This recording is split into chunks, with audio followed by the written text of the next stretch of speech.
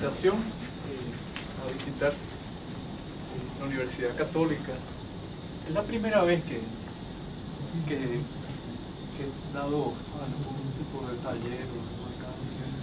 Ha sido un placer conversar con varios alumnos y también ver a colegas, amistades. Le agradezco muchísimo, sobre todo Cristian y Rodrigo. Ayer conversábamos a partir, recuerdan, de la figura de Esteban Salas y la lectura bastante precisa de un villancico, una nave mercantil, un villancico barroco, en 1791, que nos permitió, entre otras cosas, introducir el concepto del contrapunto. Por cierto, recuerdo, porque aquí está Alison, que escuchamos ese villancico hace algunos años en Berkeley, en un seminario, no recuerdo, sobre el ensayo cultural, donde también leíamos, como vamos también a ver hoy, a Fernando Ortiz.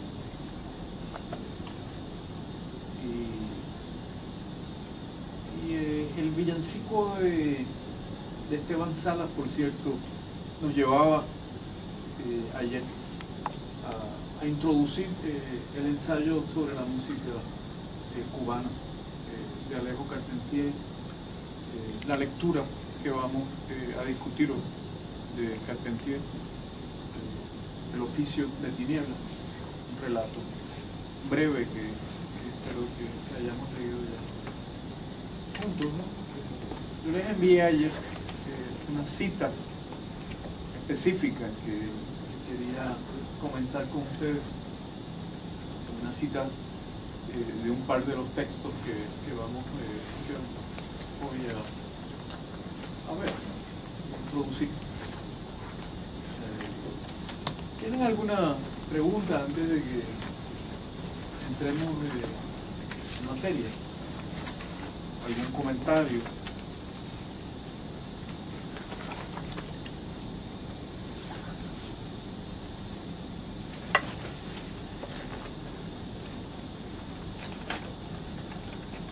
¿Qué les pareció Oficio de Tinieblas?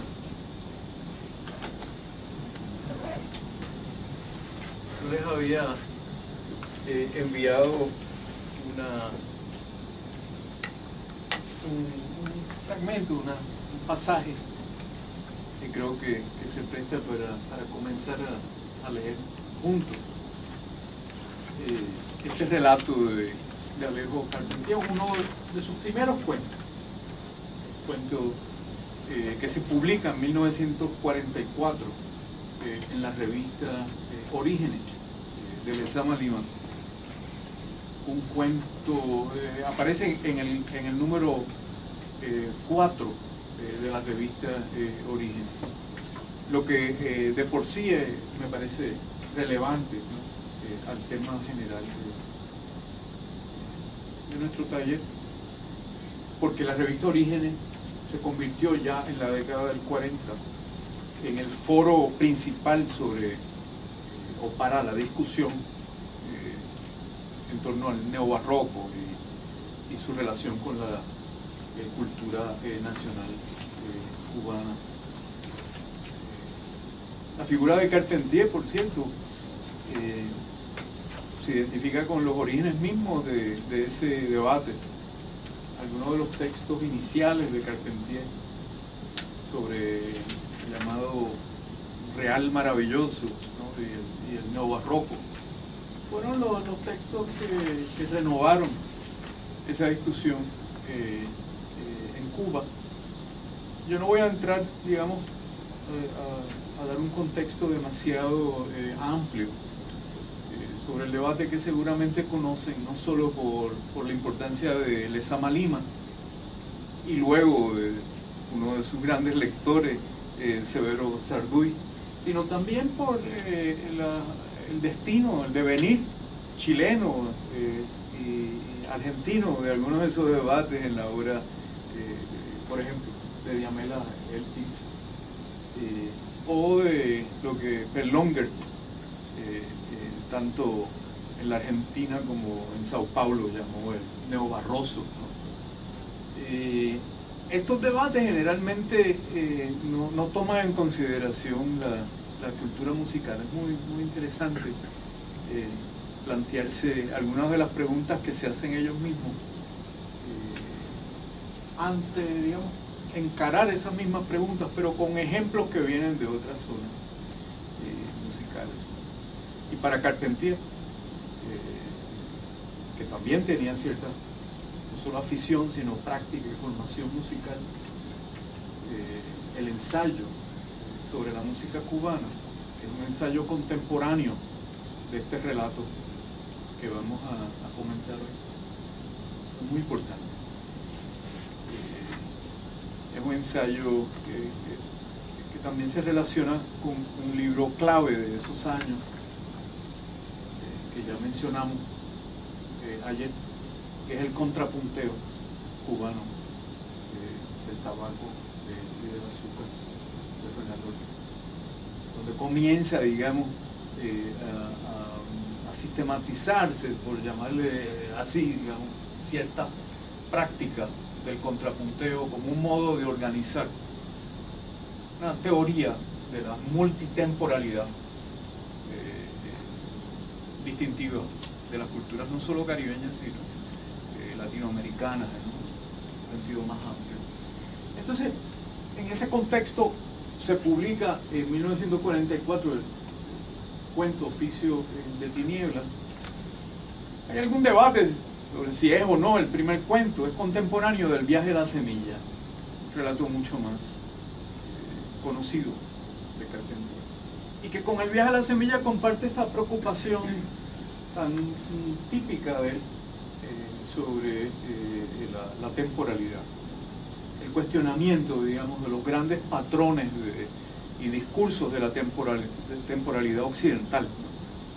Que incita, es uno de los mecanismos que estimulan la ficción en Alejo Carpentier.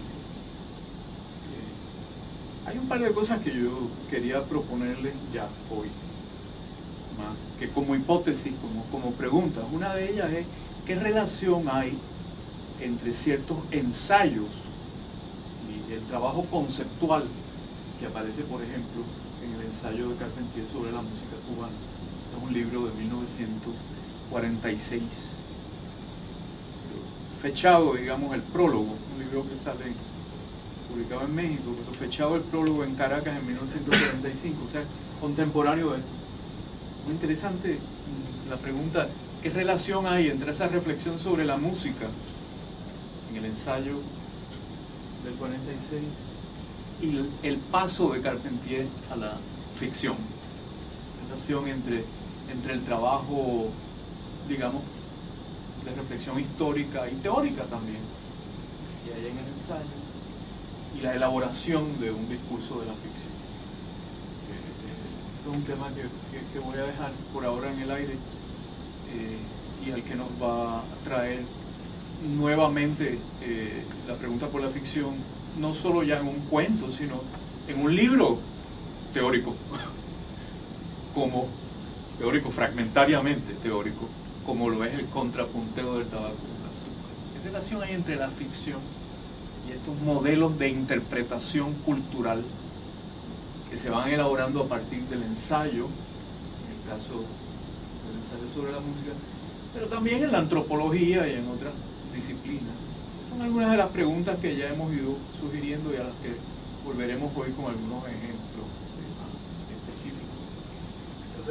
¿Sí? Yo tenía una consulta respecto como a los contextos que me ponían la bibliografía, Concepto Barroco y Oficio de Tinieblas, que es curiosa, no sé cómo articular el estatuto de la música cuando se inserta como dentro de una comunidad. No es ni privado ni público, está como en la mitad en algún sentido, porque no sé, por ejemplo, parte como, hay como una especie de funeral de, de un personaje público, pero el funeral también tiene como una cuestión media íntima, la sombra empieza como a afectar la vida cotidiana, el mundo de la vida de las otras personas. Sí. Y igual la otra canción, en el concierto barroco, por ejemplo, está el tema del carnaval, pero cuando llega el concierto barroco es en una sala entonces está como entre medio, en el orden de lo público, de lo disponible para todos, pero también tiene una dimensión íntima de apropiación de ese objeto cultural que es una canción. Entonces, como que la música está como entre medio, me cuesta ubicarlo, al menos desde esta escritura de Carpentier. ¿Hay alguien que quiere responder a la pregunta? ¿Sí? Pienso tal vez que la manera en que tiene la cuestión de la música también se asocia, por lo menos en este cuento, con la dinámica de la peste, con el cólera, que también tiene esa doble, lo público y lo privado, digamos, también está, no sé, con esto. ¿Qué tiene que ver?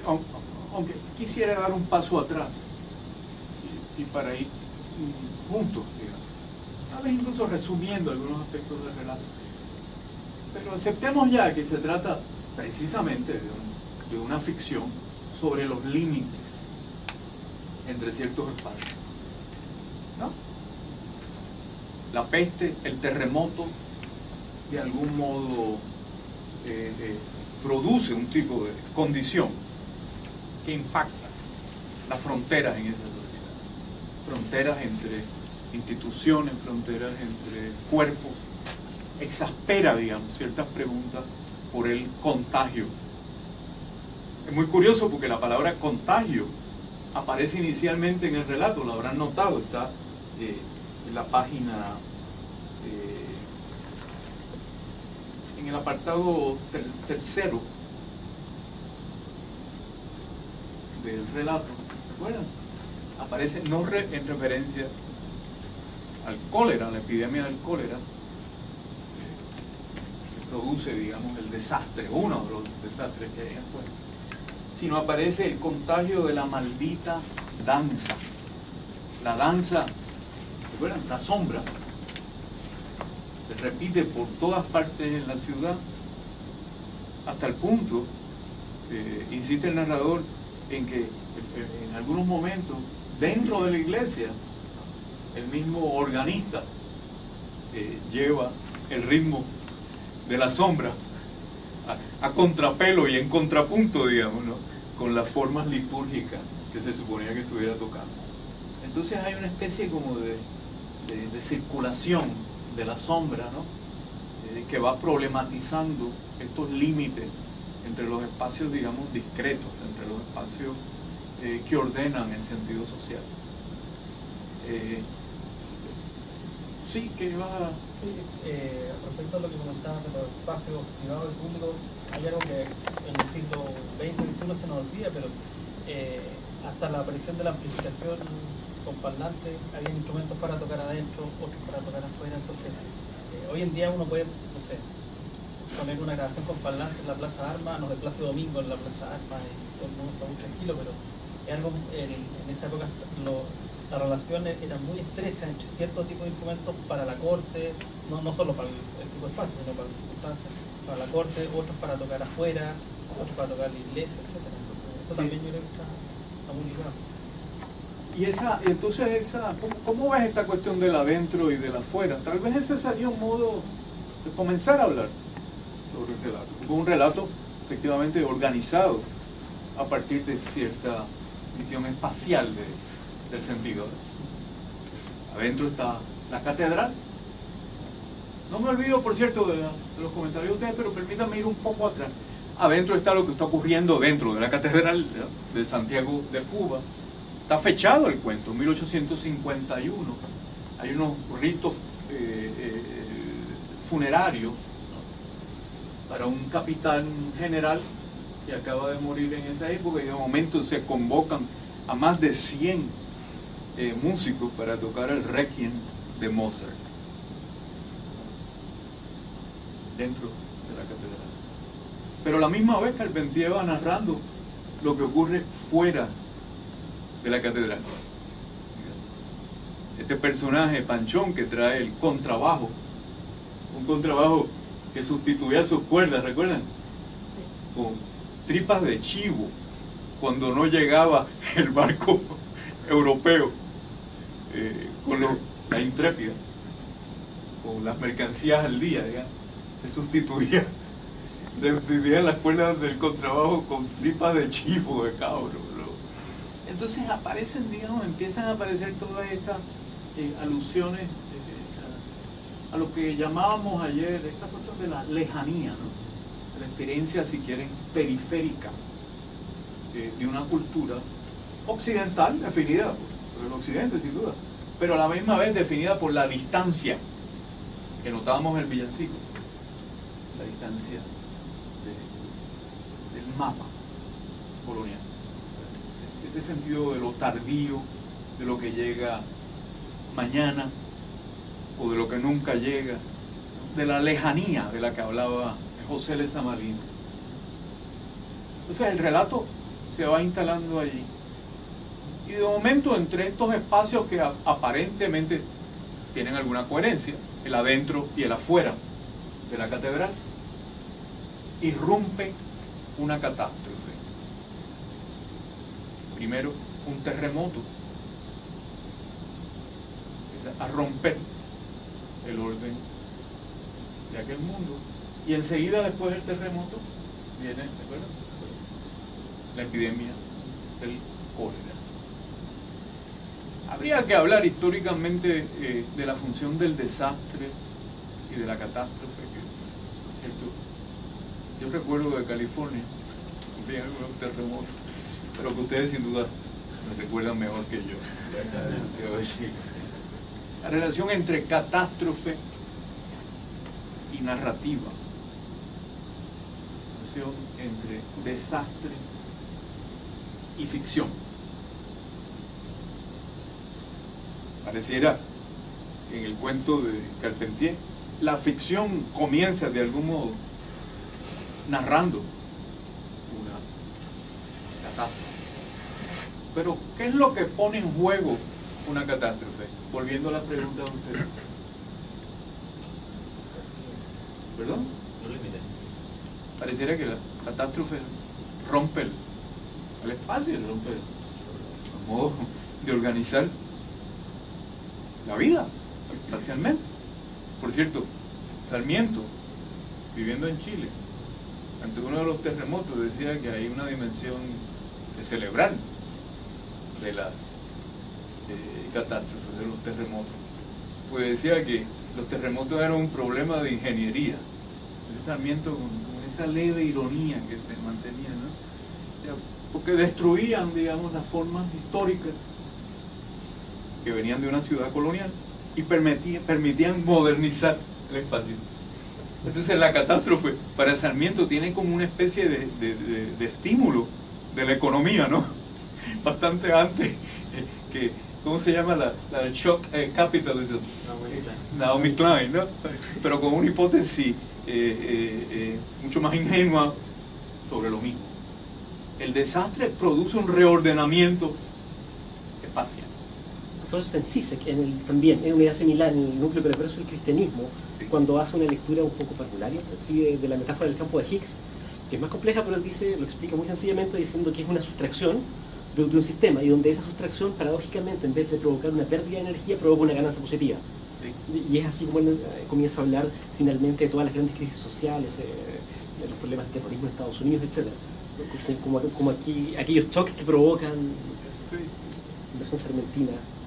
La cuestión de la crisis, ¿no? y los modelos, digamos, de estabilidad. Una de las preguntas, para no perderla de vista, que nos hemos estado haciendo, tiene que ver con los órdenes sensoriales, ¿no? Eso que Jacques Rancière llama los regímenes sensoriales, como una de las dimensiones que organizan la experiencia del sujeto, pero que también condicionan la historia de la estética y su relación con las políticas del cuerpo, no con esa dimensión biopolítica de la gubernamentalidad, digamos, y de la organización del cuerpo como objeto mismo de la política, la que habla también Agamben, sino como la percepción misma, sobre todo en la práctica estética, pone en juego, digamos, los ordenamientos del sentido y del poder. Y como una de las tareas históricas de la literatura ha sido registrar no solo cruces entre distintos regímenes sensoriales, sino también registrar y anticipar cambios en el nivel mismo de la percepción del sujeto, que producen interrupciones, modos de desprogramar sensorialmente el poder, procesos de subjetivación. Piensen, por ejemplo, el ordenamiento simbólico en las visiones occidentales de alguien como Lacan, por ejemplo, en un lugar común, pasa por un estadio de la imagen visual. ¿Cuál es el estatuto de los otros patrones sensoriales en la formación del sujeto? Es el tipo de pregunta, digamos, que se hace a partir de Bersón, cierta filosofía que intenta relacionar no solo, digamos, el cuerpo como objeto del poder, sino los procesos mismos de subjetivación en el registro sensorial de la experiencia. Benjamin, la obra de arte en la época de la reproductibilidad técnica, hablaba de, por ejemplo, de un inconsciente óptico. También habría que comenzar a hablar, como se hace hoy día, de un inconsciente acústico de la experiencia. Y la literatura, paradójicamente, no solo la música, sino la literatura, sería uno de los grandes registros, no solo de las sonoridades organizadas que entendemos bajo el nombre de la música, las sonoridades institucionalizadas, identificadas como lo musical. Eso es lo que está haciendo Carpentier. Un mapa de dónde está, qué tipo de género musical. ¿Lo notaron? Adentro está el Te Deum, adentro está Mozart, afuera está la contradanza, la sombra, y luego viene la comparsa. ¡Ay Lola! ¡Ay Lola! Una comparsa, un pregón callejero. Haciendo un mapa, digamos, de las sonoridades, pero también del ruido, de lo que hay en los límites de la música, de lo que hay en los límites, digamos, catastróficos de la institución sonora. Pero vuelvo a esta cuestión de la catástrofe y su relación primero con los discursos de ordenamiento, obviamente, que se destruyen, y también con ciertos principios modernos y de economías que se construyen a partir de la catástrofe. Economías en términos del capital. Piensen la importancia la importancia clave del terremoto de Lisboa de 1770 y pico. Terremoto que destruyó, le permitió al marqués de Pombal reconstruir todo el bajo ese donde se mueven algunos personajes de Pessoa. Lisboa, una ciudad antigua, medieval. El terremoto sacude la historia medieval de la ciudad, le permite al marqués de Pombal, un ilustrado, reconstruir la ciudad. Pero también hay catástrofes que no pasan por esos niveles, digamos, que es lo que le interesaba a los filósofos ilustrados. Kant escribió sobre la catástrofe del terremoto de Lisboa. Voltaire. Es la dimensión, digamos, destructiva y su relación con la reorganización de una estructura.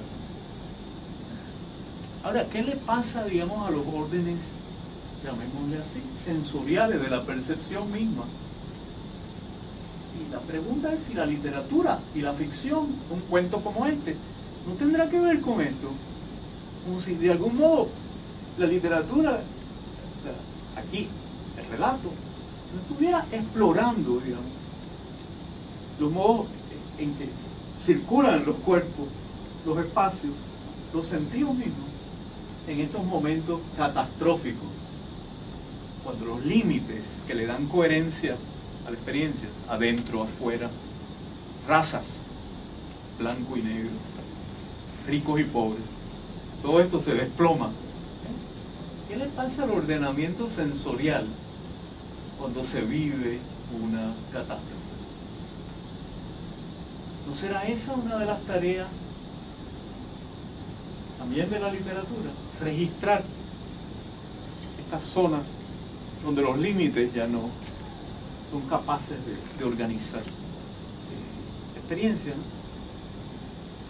Vamos un poco de vuelta. ¿Tienen algún comentario, alguna pregunta? ¿Sí? Sí, que me Orlando, ¿no? Sí. Que en los ensayos que tiene Kant sobre los terremotos, que es muy bonito porque es casi un parangón a lo que va a hacer en el futuro en su sistema crítico, que dice, bueno, está comprobado que estamos parados sobre un vacío, dice. Entonces cuando estos vacíos como que dice algo como que se chocan, una cosa bien extraña, ahí es cuando se produce la catástrofe, refiriéndose al tema de Lisboa sobre todo. Pero claro, es bien interesante que sea ese espacio común vacío el que produce la catástrofe, el que de vez en cuando se manifiesta, se aparece, se muestra a sí mismo y disloca en el fondo, disloca todo este sistema perceptivo que usted está. Discurso, órdenes sociales. Ahora te recuerdo el texto de Kleist, que tiene un texto que se llama El terremoto en Chile, que es precioso. No lo conozco. Es precioso porque, bueno, narra... ¿De qué año? Debe ser principios del siglo XIX probablemente. Yo diría principios, pero no estoy seguro. Muy interesante. Yo recuerdo durante el último terremoto, el terremoto grande de Chile, yo le preguntaba a una amiga que es filósofa, que vive acá, sobre los discursos sobre el terremoto. Me daba cuenta inmediatamente que era una pregunta un poco banal, o de proporción con el sufrimiento inmediato de la situación. Discurso, respuestas narrativas. ¿Tú crees que por un momento va a estar leyendo a Maurice Blanchot? Pero no, había algo, porque tiene que ver con la función narrativa, ¿no? Respondía ella. La narrativa como respuesta, precisamente, a algún tipo de catástrofe, que no es necesariamente la de un terremoto, pero que tiene muchas veces que ver con la propia dislocación sensorial. Al menos esta es una de las preguntas que estamos explorando con relación a la sonoridad. Pues fíjense que la sonoridad sería una dimensión sensorial subestimada por los grandes discursos de lo simbólico, los grandes discursos de la identificación visual, que son los discursos que dominan en la modernidad. Entonces, ¿no será que hay algo en la sonoridad que tiene que ver precisamente, ya no solo con la percepción de los cuerpos individuales, sino con la historia misma de otras culturas, la historia del colonialismo? ¿Qué relación hay entre la desprogramación sensorial y la descolonización en términos, la descolonización de nuestros saberes también, que han privilegiado tanto cierto modo de organizar el cuerpo mismo del que estudia, los órganos mismos de la experiencia?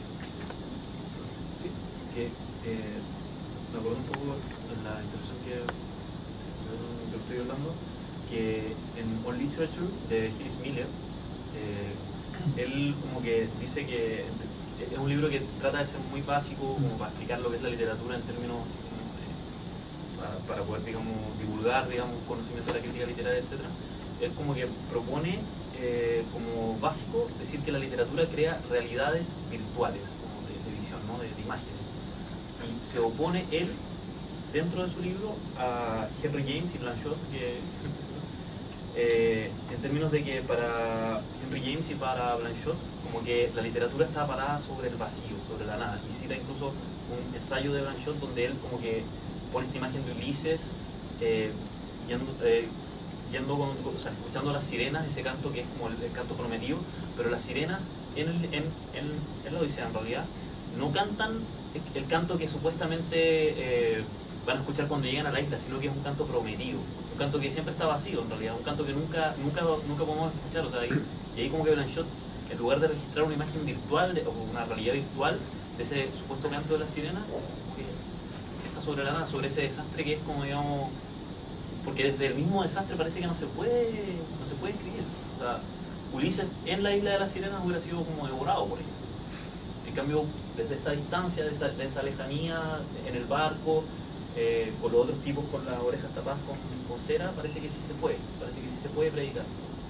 Ahí yo creo que es interesante que, claro, Chris Miller lo registra como lo que él no cree, pero está ese registro de Blanchot, me parece. Como ver sus realidades virtuales, la literatura como realidad virtual. Pues una pequeña, igual interesante ese ejemplo porque aparte Ulises es como el único momento en el que él, por así decirlo, es derrotado por su viaje, es el momento del canto. O sea, él, si no fuera por estar amarrado, básicamente, él se habría lanzado y en cambio toda la otra es cuando su astucia no le sirve, es cuando él de verdad está derrotado, es cuando escucha el canto de las sirenas, porque en el fondo no puede enfrentarse a ese sonido, no puede enfrentarse a esa melodía. Entonces eso, es interesante también eso, que en el fondo el momento de la música sea el momento de su quiebre. Del peligro mayor que cumplió. Que es también la música en función de la seducción, un poder que está más allá de un sentido y de cualquier moral también. Sí, yo por otro lado no conozco el trabajo que te refieres, de Miller. Lo que sí es que me da la impresión que el interés contemporáneo en volver a la percepción, incluso como una zona de agonística social. Digamos, ¿recuerdan aquella frase de marxismo y filosofía del lenguaje de Boloshinov? El signo, decía Boloshinov, es la arena, es una pequeñita arena de la lucha de clases. Pero en la realidad, digamos, contemporánea, de la virtualización de los cuerpos mismos, no solo estamos hablando ya de los órdenes semiológicos de representación, estamos hablando de la virtualización de la experiencia misma, de la percepción misma, como una zona que comienza a ser cada vez más problemática para el pensamiento. La base histórica de cómo se entendía la experiencia. La sensación, la percepción del cuerpo, comienza a ser cada vez más problemática.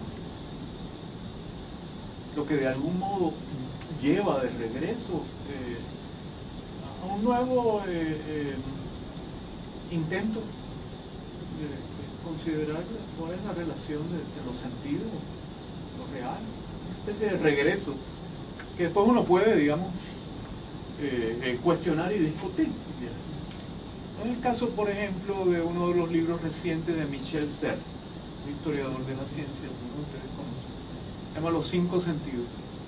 Regreso como una especie de empirismo que tiene que ver, a esto iba, con una reacción parecida a la virtualización de la experiencia, a la idea de que existimos todos como una especie de simulacro de la percepción, y a la idea de, digamos, en un mundo digital, que es lo que se percibe, un mundo del Matrix, que es lo que está realmente experimentando. Entonces creo que uno de los estímulos de las nuevas discusiones sobre la escucha y los regímenes sensoriales tiene que ver con repensar esta dimensión física de la existencia y política de la vida, es decir, biopolítica, no solo ya en funciones de las grandes categorías disciplinarias que estudió Foucault, sino en función de estas dimensiones en que el cuerpo mismo está atravesado, segmentado en el ordenamiento mismo sensorial por la historia. Es una de las sospechas que uno siente al leer Capitalismo y Esquizofrenia. En fin, es una sospecha del pensamiento moderno, no es solo, es la idea de que hay un nivel en la percepción misma es clave para el poder. No solo son las ideologías. Y de ahí tal vez el regreso a la sonoridad como una pregunta importante de la filosofía contemporánea. Es decir, formas de relacionarse con las cosas y con la experiencia que habían sido marginalizadas por este predominio de un modelo sensorial basado en la mirada, en la visión, en el telescopio como icono y metáfora del orden moderno, la espacialización. Bien, entonces de momento Carpentier escribe Oficio de Tiniebla cuando está escribiendo el ensayo sobre la música cubana, proponiendo una especie de historia de lo nacional que no pasaba ya por la pintura, que no pasaba ya por lo que Benedict Anderson, recuerdan en aquellas propuestas tan generalizadoras del Imagine Communities, no pasaba ya por la lectura, era la tesis de Anderson, sino que pasa por la música, su historia nacional. Es como si Carpentier nos estuviera diciendo, dime lo que escuchas y que realmente conoces sobre tu escucha y te diré quién eres. No es solo dime lo que ves o lo que lees, dime cómo te ubicas en el mundo de estas sonoridades en pugna de lo social. Ven el cortocircuito que va produciendo una historia de Cuba, no solo ya hecha con la referencia a la historia, a la cultura literaria, sino a la cultura sonora de la música nacional. Muy interesante. En ese sentido, es una historia contemporánea, se publica un poco después, pero la reflexión es contemporánea de Mario de Andrade, en el ensayo sobre la música brasilera de 1927, donde Mario de Andrade, una de sus preguntas básicas es ¿qué es lo que hace una música nacional? Esta pregunta. Son intelectuales modernos, vanguardistas, pero a la misma vez preocupados por qué es lo que hace un músico nacional. Y claro, el héroe en su historia es Héctor Villalobos, un intelectual, compositor, que también había explorado la importancia de Bach y del barroco,